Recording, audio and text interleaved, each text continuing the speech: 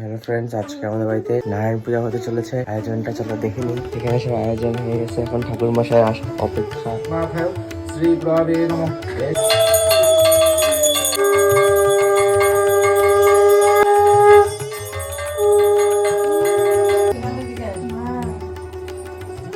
পূজা complete. মা আর বুনু মিলে সবজি কাটছে। এখন যাচ্ছি বাবার সাথে মার্কেটে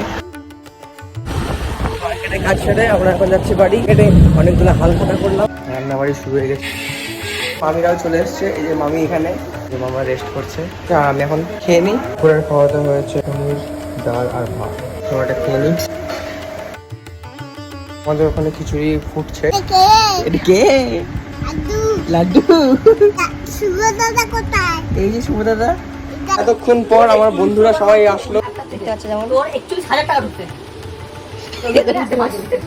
তো ব্লগটা আমি আজকে এখানেই শেষ করছি। তো চলো, গুড বাই।